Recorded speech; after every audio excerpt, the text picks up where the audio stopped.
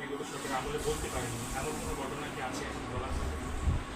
আমি আজ আসলে মানে বিগত সরকারের আমল থেকেই বলে যাচ্ছি আমি নির্দোষ এবং আমি ষড়যন্ত্রের শিকার।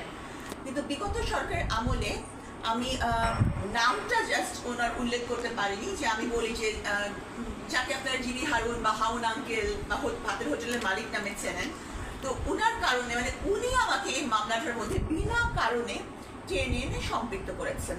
তো উনি কেন সম্পৃক্ত করেছেন সেটা মানে এই নাটকটার উনি রাইটার নাকি উনি ডিরেক্টর না উনি প্রডিউসার এই নাটকের আমি জানি না, কারণ উনি নাটক করতে পছন্দ করেন। হ্যাঁ, হোটেলে মানুষকে খাওয়ায়, যেমন উনি এক নাটক সৃষ্টি করেছে আপনারা দেখেছেন, তো উনি নাটক করতে পছন্দ করেন।